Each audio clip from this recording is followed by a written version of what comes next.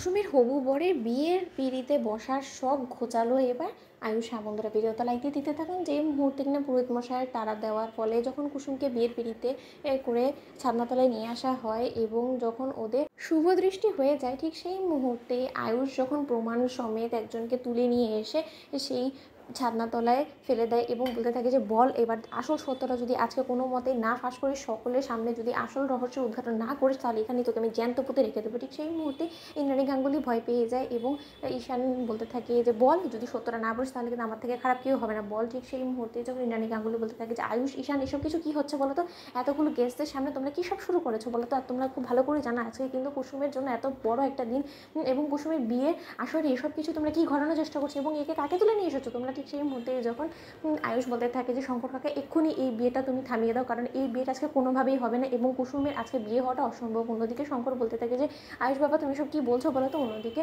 ঈশান বলতে থাকে যে ভাইদা যেটা বলছে সেটা শোনো শঙ্কর কাকা, নয়তো বা অনেক বড় একটা ভুল হয়ে যেতে পারে এবং সেই ভুলের মাসুল হয়তো বা তোমাকে গোটা জীবন জুড়ে দিতে হতে পারে। অন্যদিকে যখন কুসুম বিয়ের পিঁড়ি থেকে নেমে পড়ে এবং বলতে থাকে যে কী ব্যাপার আয়ুষবাবু, আপনারা এসব কী করছেন বলুন তো, কেন আপনারা আমার বিয়ের মধ্যে এরকম বিঘ্ন ঘটানোর চেষ্টা করছেন। ঠিক সেই মুহূর্তে দেবলীনা বলতে থাকে যে আয়ুষ এসব কী হচ্ছে। অন্যদিকে যখন আয়ুষের আনা সেই প্রমাণ সমেত সেই লোকটা যখন কুসুমের হবু বরের সকল রহস্য উদ্ঘাটন করে দেয় এবং বলতে থাকে আমি বলছি আমাকে আর মারবেন না। অন্যদিকে ইন্দ্রাণী গাঙ্গুলি বলতে থাকে যে কী বলবো। অন্যদিকে আয়ুষ বলতে থাকে যে মা, ও মুখ থেকে না শুনে না বল এই লোকটার আসল চরিত্রটা ঠিক কী সেটা বলে দেয়। ঠিক সেই মুহূর্তে যখন সেই লোকটা বলতে থাকে যে কুসুমের হবু বর নামক এই যে লোকটা আছে সে হলো বহুরূপী এবং মহা ধরিবাজ একটা ছেলে।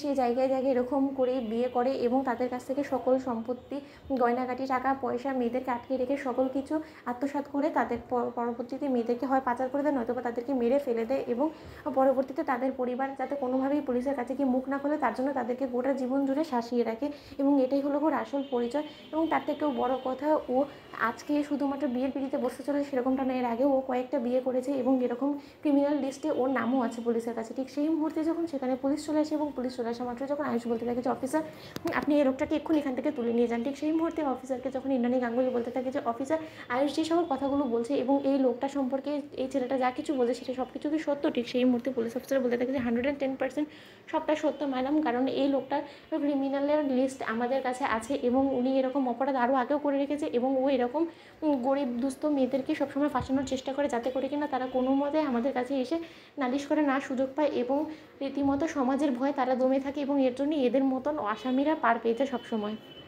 অন্যদিকে ইন্দ্রাণী গাঙ্গুলি সপাটে চর মেরে কুসুমের হবু বরকে বলতে থাকে যে এর পরবর্তীতে আর কোনো মেয়ের যাতে জীবন এরকম ছেলেরা না নষ্ট করতে পারে তার ব্যবস্থা করবেন অফিসার এবং এই ছেলেটা যাতে সুষ্ঠু বিচার হয় তার ব্যবস্থা করবেন। তো বন্ধুরা লাইক এবং শেয়ার করে সাবস্ক্রাইব করতে ভুলো না।